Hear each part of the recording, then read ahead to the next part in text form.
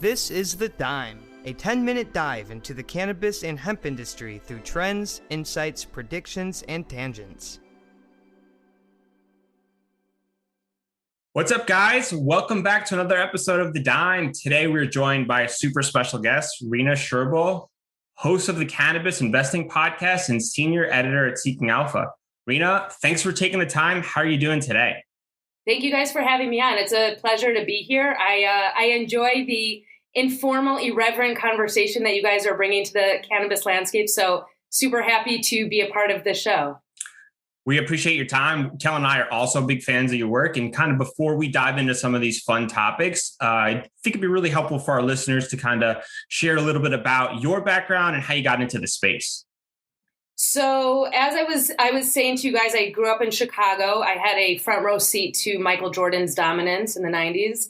I went to school in New York, studied journalism, and I did my junior year abroad at Hebrew U, and I kind of fell in love with the lifestyle. I fell in love with the landscape, kind of everything about the vibe here, and then I ended up moving here after graduating and worked in journalism, PR, a bit in film, and then kind of in 2008, before the financial world exploded, a couple months before that, started working at Seeking Alpha and was another front row seat to kind of mayhem. And I think a much deeper understanding of the financial economic picture and how that affects us. And then like 2 years ago, started the Cannabis Investing Podcast and have not turned back. And I'm just loving being a part of the sector. Yeah, the cannabis space is just an absolutely exploding one. I think your perspective from the Israel one and based on the financial is going to be some really insightful analysis for our listeners on the topic today. So today we're going to dive into mainstream media and kind of the disconnect that's going on. Obviously, there's a big misunderstanding or confusion going on. You turn on CNBC or other financial analysis and you see interviews of large leadership from US MSOs. But on the side, you see Canadian LP tickers. Why? What's the deal with that? Yeah. Why, Rena? Why can't they figure that out? And what's going on? Great question. I mean, look, I think you can't just blame it on incompetence, although I'm tempted to. I think the main reasons are because of the high market caps and because they trade on the main exchanges.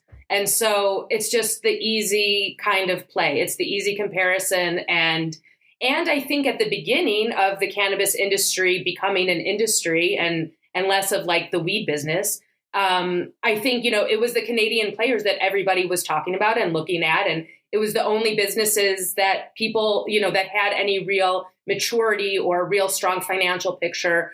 It's only been in the past couple of years that I think the US players have risen to the fore there and proven themselves there. So I think it's a bit of that and not what's the worst thing I think we can do in media, maybe in life in general, is not adapt. And I think we're just, for the most part, the mainstream media is just not adapting to the full picture of what cannabis is right now, which is when there's plays in the US, it does not matter what Tilray does.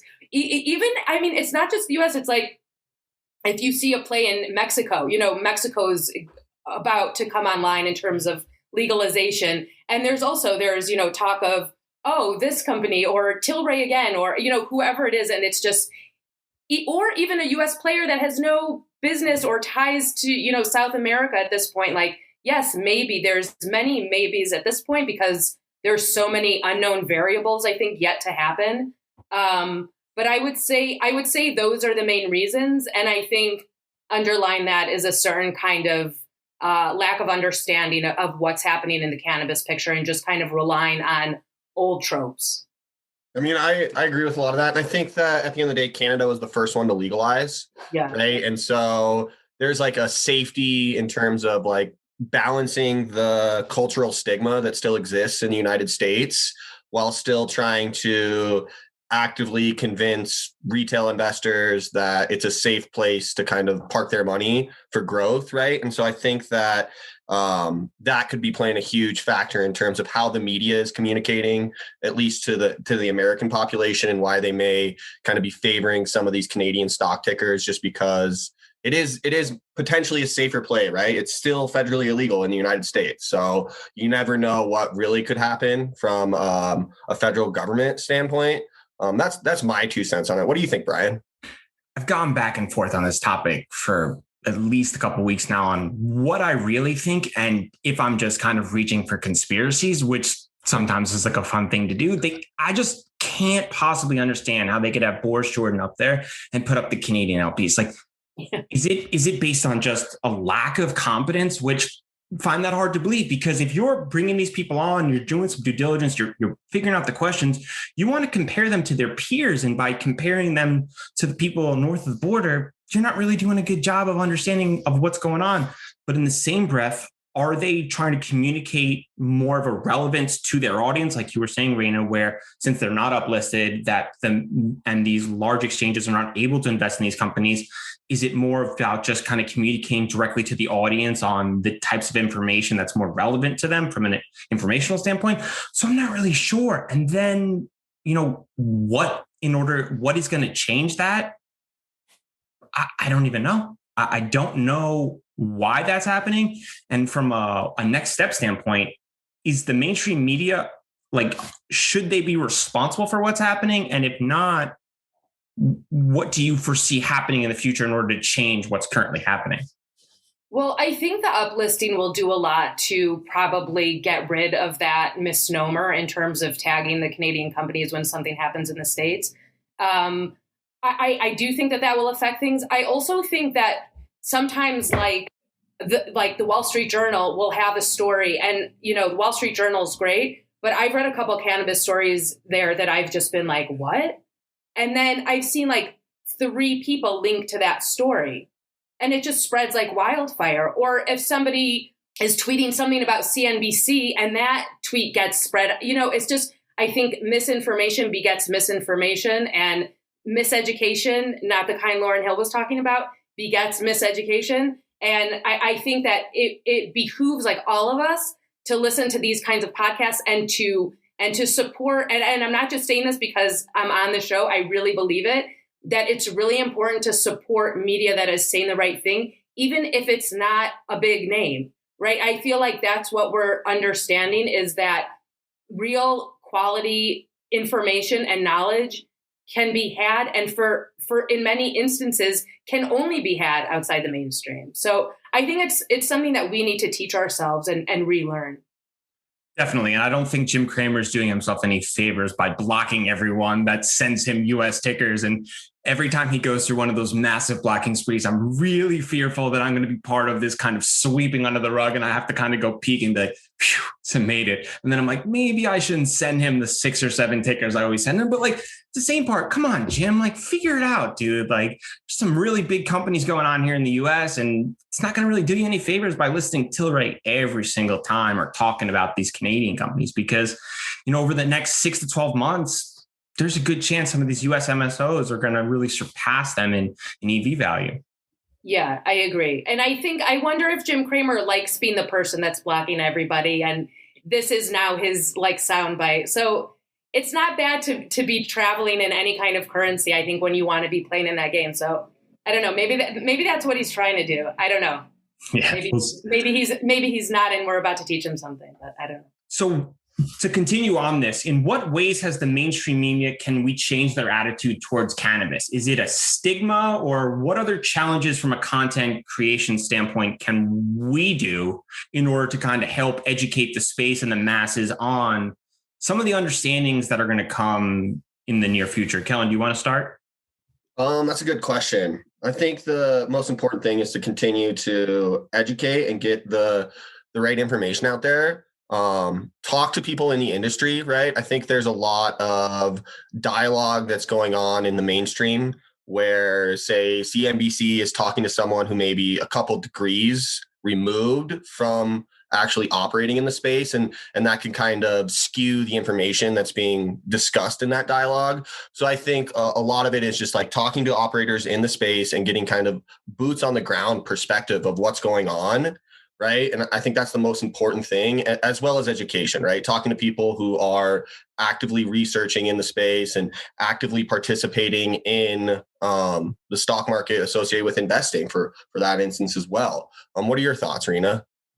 I agree. I think that's a really strong point, is to, get yourself involved in some way in hearing from direct participants in the cannabis industry. And I would say a wide variety of participants, not just, and that's something, I know that you guys talk about like a wide variety of topics on your show. And I also like to have like a wide variety of guests, that we're not just getting, the perspective from the executive, or we're not just getting the perspective from the analyst, or we're not just getting the perspective from the investor, but all of those, combined to make, I think, a cohesive picture. It's certainly a much more cohesive picture. And yeah, just stay. I think we all need to stay informed, and then, make sure that the stuff we're spreading is informed and knowledgeable and responsible.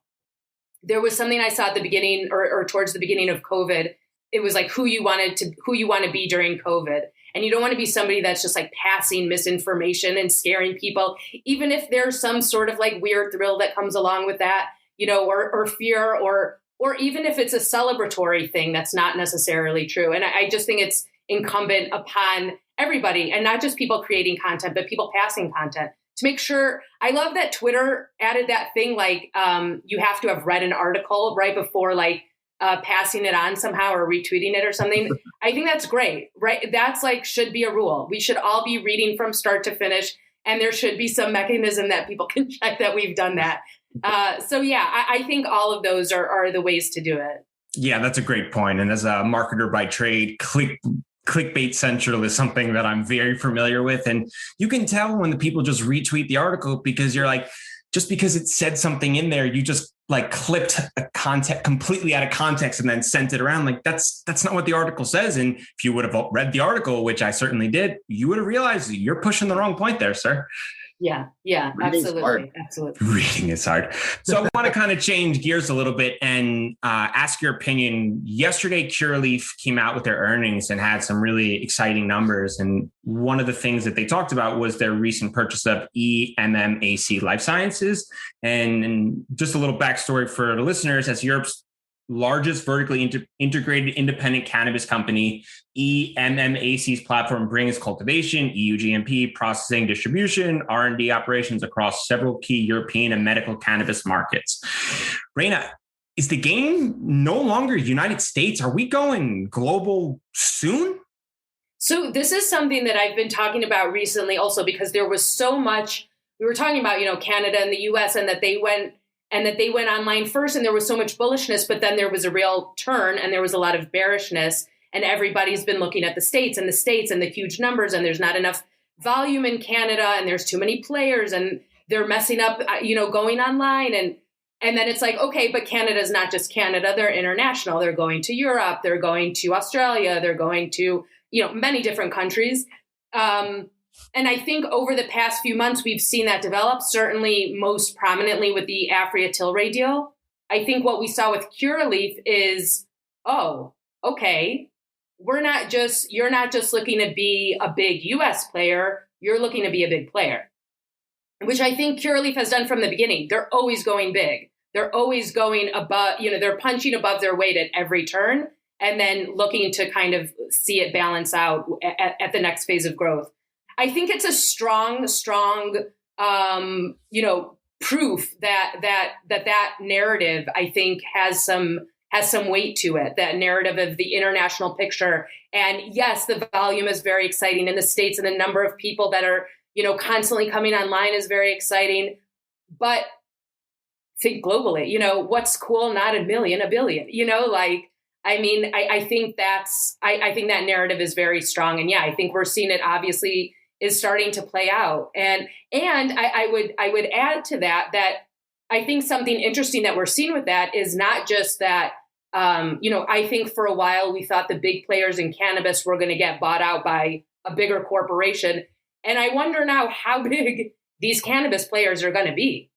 How big are they going to be? Maybe that they have to try to get as big as they can, as fast as they can, so that it's harder for some of these larger fish to come in and kind of gobble them up, right? As they quickly are trying to scale, makes it harder for some of these larger players to come in because the valuation is just going to continue to rise. And I wonder if it's a strategic play on their part in order to try to scale as fast as humanly possible before the light turns green.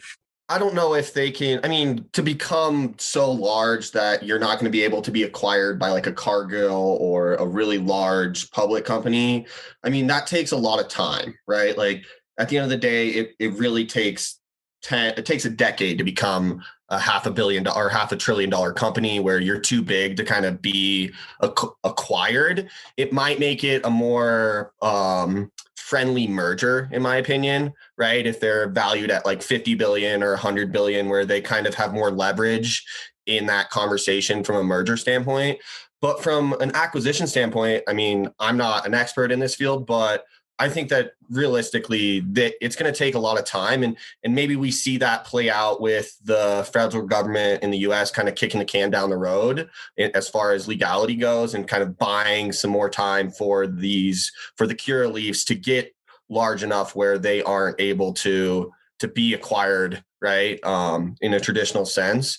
At least that's my 2 cents on it, And then as far as the globalization goes, I know that I think that is going to be a more attractive opportunity for a lot of companies looking to grow, not only the large ones like Curaleaf, but like I was listening to your podcast, I think that was released today, Rena, with Bina Goldberg, right, for the CEO of Supreme. And she said that they weren't even looking at the US market. They were literally looking at partnering outside of the US market because of all of the turmoil and just confusion and the lack of standardization between different states from a regulatory perspective. And so I think that until America, the United States, right, gets their trash on the truck, globalization is probably going to accelerate more especially for the Canadian LPs and even for some of the stronger players in Europe and Israel. I know Breath of Life and some of those other companies are really coming on strong. So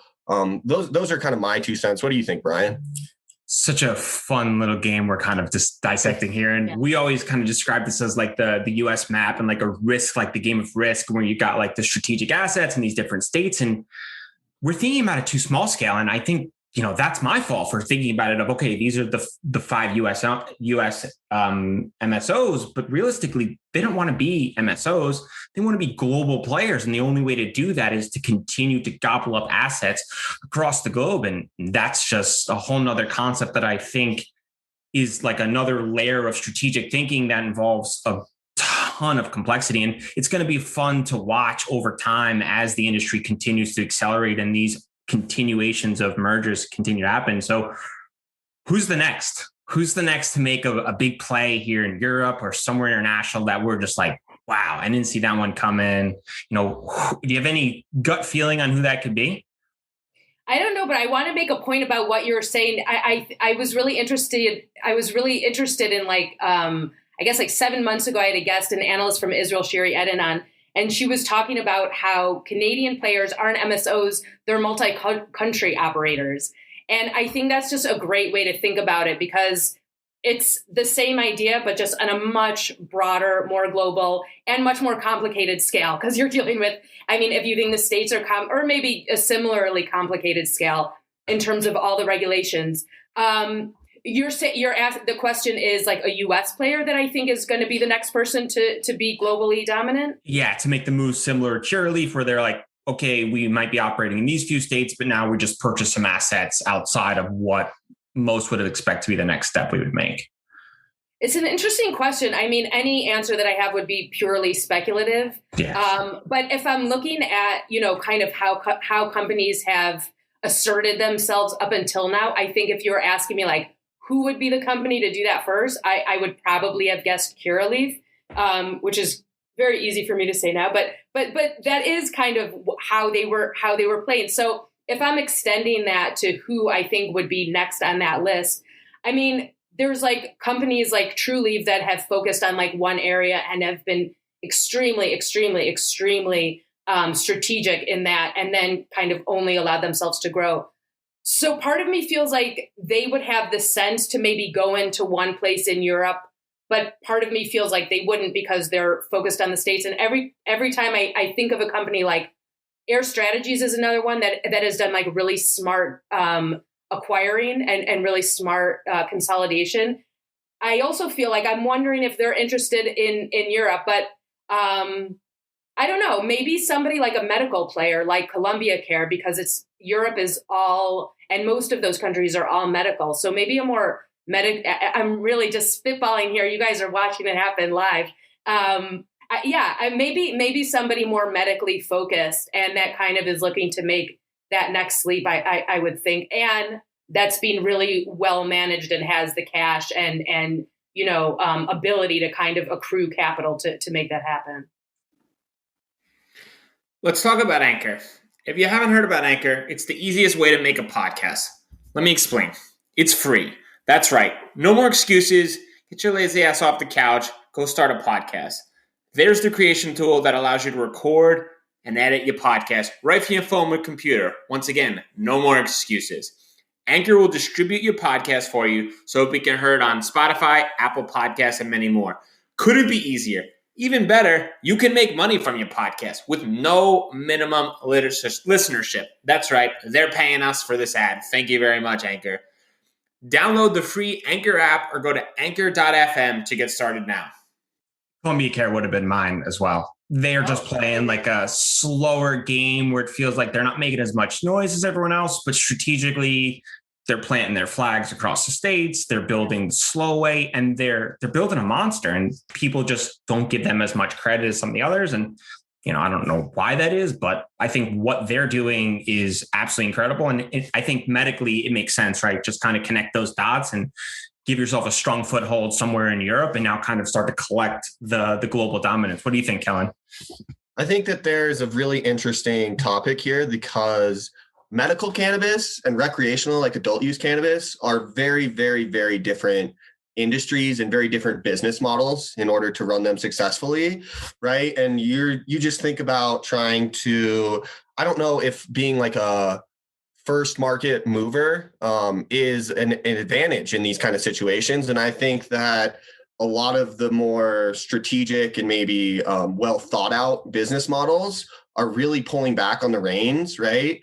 Because going into these industries and trying to figure it out from a regulatory standpoint is really, really, really expensive, right? You're talking about developing new packaging for the same product in two different sectors that require completely different regulations. And that's just from a packaging standpoint. From a manufacturing standpoint, I mean, EU GMP, which is their good manufacturing practices, is almost identical to the United States pharmaceutical GMP guidelines, right? But US also has what's called nutraceutical GMP guidelines. So like when you start to unpackage like all these different regulations, it becomes really, really expensive to operate in both the recreational space and the medical space as a startup, right? Because like a lot of these companies are not more than a decade old, right? And so in essence, the whole industry is new and all these companies are brand new. So you're talking about trying to operate a multi-billion-dollar vertically integrated corporation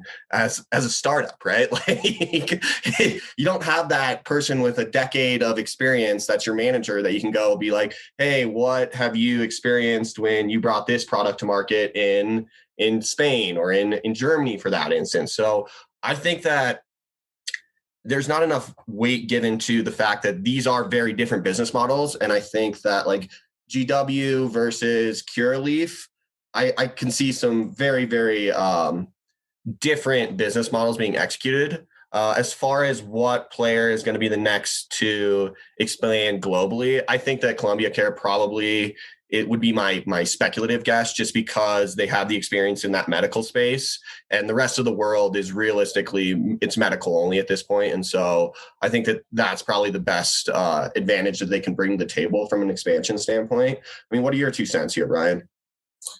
First of all, can I just interject that we should start a think tank or something where we all have the same take on that. That's really interesting. Yeah, I kind of wish I would have chosen someone else, but Columbia Care was my go-to. So I was kind of caught there, and I was like, this is what I have to say. But no, I find it more compelling that we all kind of went there. Yeah, they should be very proud of themselves that they're getting a lot of pop from us. I mean, Kellan, like, there's a ton to unpack from what you said. besides all those things, which absolutely agree, going to be extremely challenging, how are they going to staff all these companies? I mean, you're scaling a company, you're trying to produce a product the same over and over again. You don't have experienced individuals because obviously the product, it's illegal, all these other aspects. There's no educational system where they can go to Arizona University and actually learn about these things, which we've kind of dove into a couple of times. And they're learning on the fly, which is going to lead to just an insane amount of challenges from a scaling standpoint in a quick amount of time. So you're right. It's going to be tons of different headaches and hurdles, but I think that's the beautiful part of the industry is that each operator could take these different paths and different strategic revenue streams. And at the same point, everyone's kind of trying to go in the same direction, and the paths they'll take are going to be really, really different. Well, I think I did want to expand on just Kellan's point about how important it is to kind of like understand that this is like a protracted process, that I feel like even how long it takes to legalize in the States is going to, you know, make the case for what happens to some companies or how much they grow or how limited their growth is or where they're, you know, so I think that's lost in the discussion of, you know, full legalization and what it means. And does this happen first? Or even if total full legalization, full stamp, all of this stuff happens, which is not going to happen. But even if that does happen, like, I just don't think it's all going to happen at once. I think it's going to be a little bit more piecemeal. But even if that did happen, even that takes years to kind of fill out. And all those regulations that Kellan was talking about take, you know, it's just much more complicated. And I think something I've learned in the past, like 6 months more than I have since the beginning, is the importance of supply chain. Being able to manage that effectively, efficiently is really one of the like key ingredients in being a cannabis company at this point. Agreed. Absolutely agreed. So I want to ask a slightly different question. You've had a ton of really big guests on your podcast. Which one of the guests have surprised you the most? So it's an interesting question. I feel like there's probably two answers that I feel like, because it was the first CEOs that I talked to that I felt like were really talking to me. You know, I feel like, I don't know if that has to do with like me gaining experience as an interviewer and kind of getting into my shoes and knowing what to ask and how to ask it. But I felt like for a while I was talking to CEOs and I was just getting a lot of CEO speak. And I was, you know, kept on trying to dig in. And I realized in hindsight, and now it's happened to me a few more times, Bina Goldenberg, who you said is a great example of being a very forthcoming and you know, articulate CEO. But Kim was the first time. First of all, I feel like very proud in both those companies, because I feel like both with Trulieve and with Air Strategies, we kind of discovered them at the beginning of the story a little bit, certainly towards closer to the beginning and then to the end. So I'm proud of that. And I'm also proud of kind of hearing about a stock from an executive and really feeling like they're acknowledging the things that they're doing well. They're acknowledging the things that people are talking about that don't seem, but talking about it and addressing it, and not just giving fluff and really standing behind their numbers.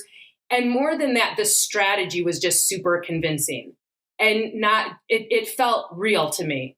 So I guess that I would say that I was surprised by the authenticity. And that was my first time like really experiencing that. And then as I researched both companies, like after talking to both John Sandelman from Air Strategies and Kim with Trulieve, you know, just kind of feeling like, oh, it's being proven out more and more. The more I dig into it, the more I look into it. And that feels amazing. You know, it feels like you're really discovering something and you're really having a real conversation, not just here, let me be your mouthpiece to talk about, you know, your company, but you're really talking about something and really figuring something out. So I would say, just having nice experiences with executives. And I feel like that has set a trend. I think since then I've talked, Nicholas Vita from Columbia Care is another one. He was awesome, you know, and just super compelling and authentic, and felt like they really knew what they were talking about.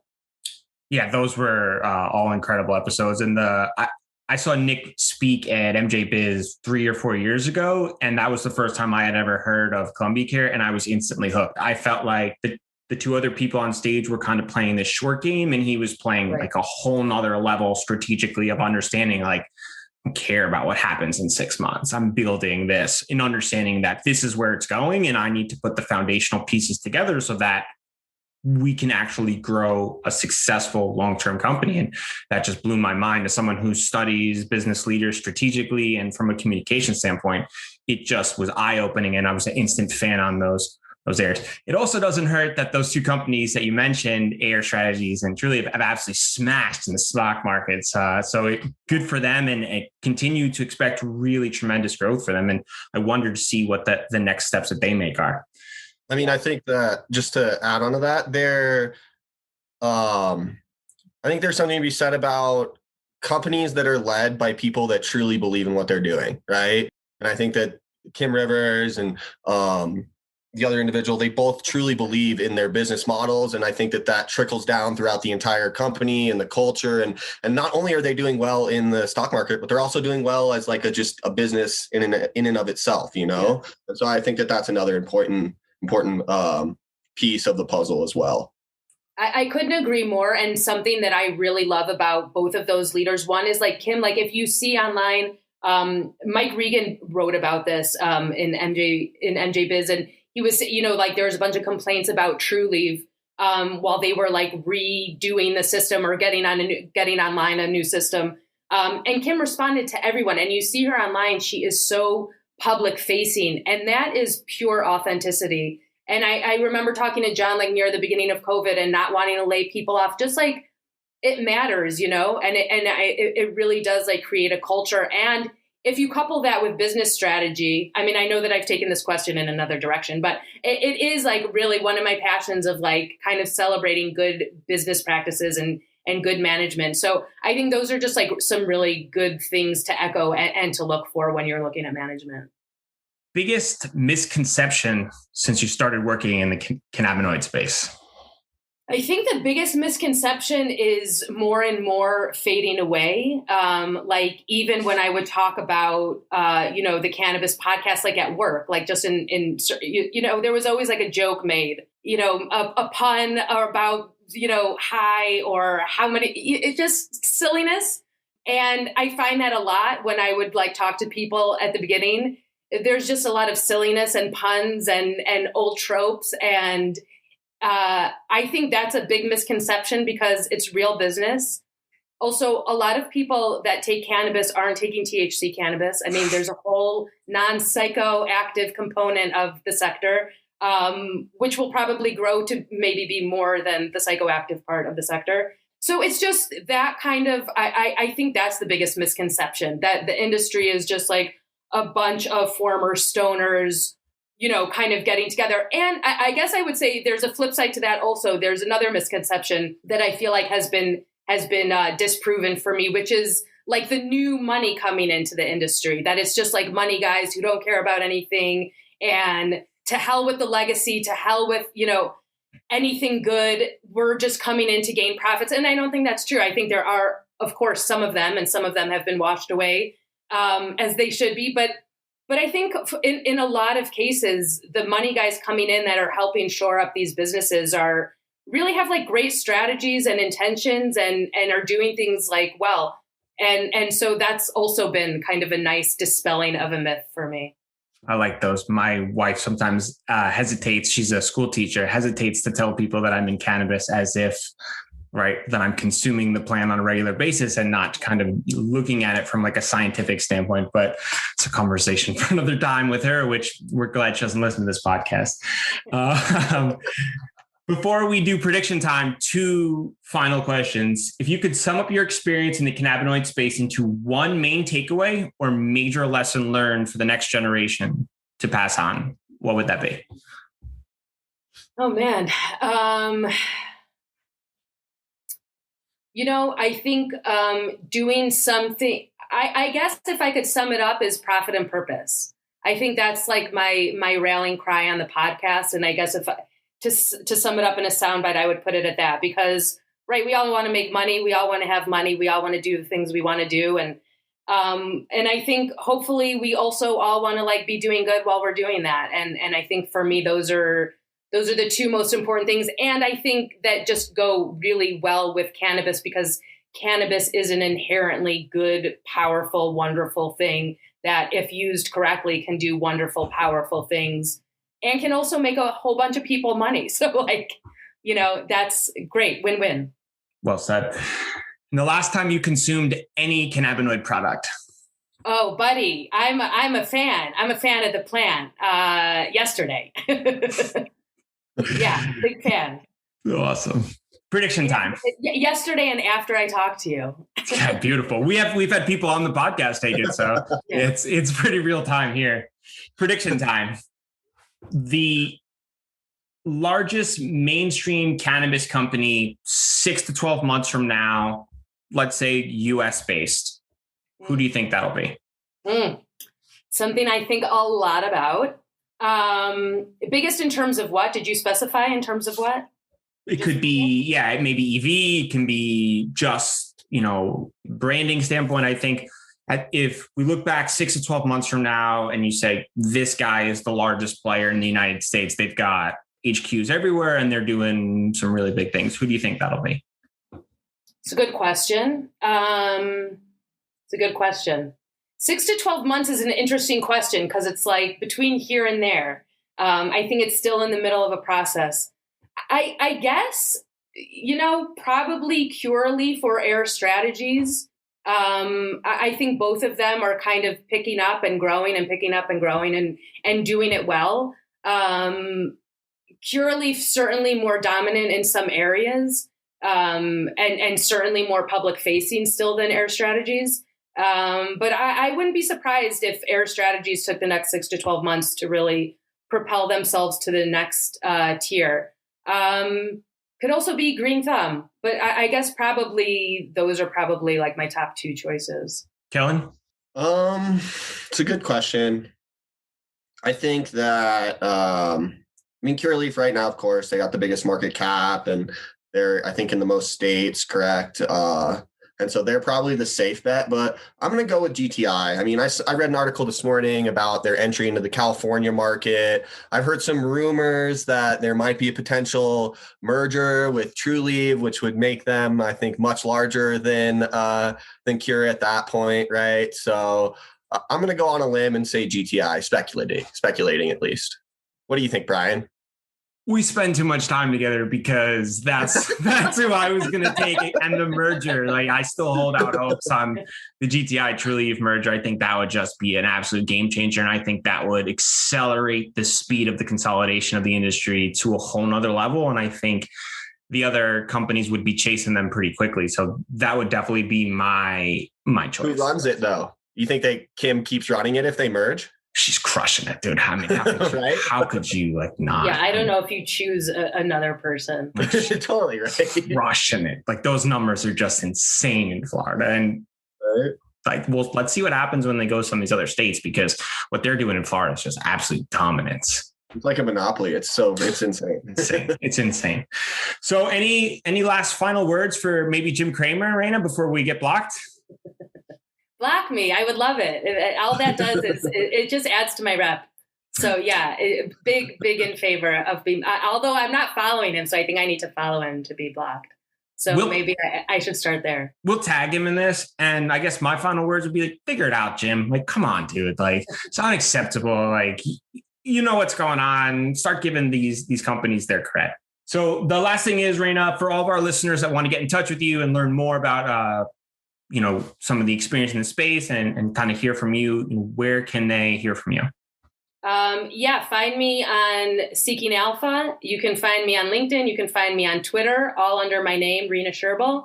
I love hearing from listeners and people interested in the space. And it's really my favorite part of the day is reading emails from people and hearing their questions. And it makes me smarter and it makes me more encouraged and more inspired. So I would love to hear from anyone who wants to get in touch. Awesome. Yeah. Stop asking Kellan and I about investment questions and ask Rena instead, and you guys will do way better. So thanks everyone for your time. Thanks, Rena. Thank you guys. It was a pleasure.